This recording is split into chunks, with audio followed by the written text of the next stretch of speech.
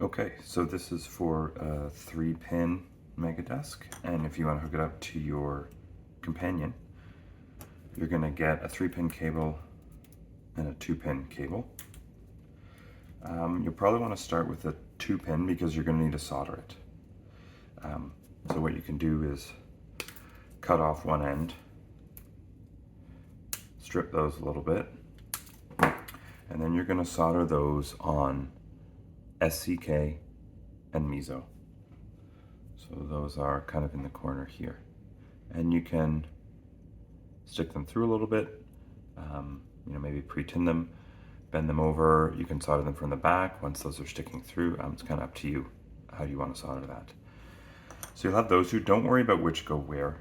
And those are going to plug into the sort of end of the 5-pin.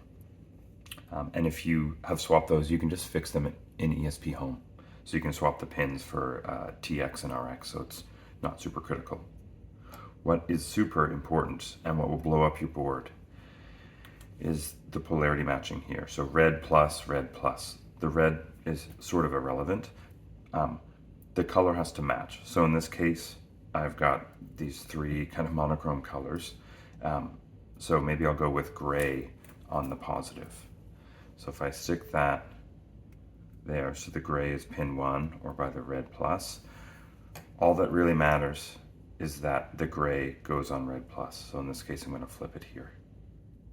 Okay, so plus to plus is gray to gray. Whatever the color is, it doesn't matter. Just make sure those match. Okay, that's the most important part of all this.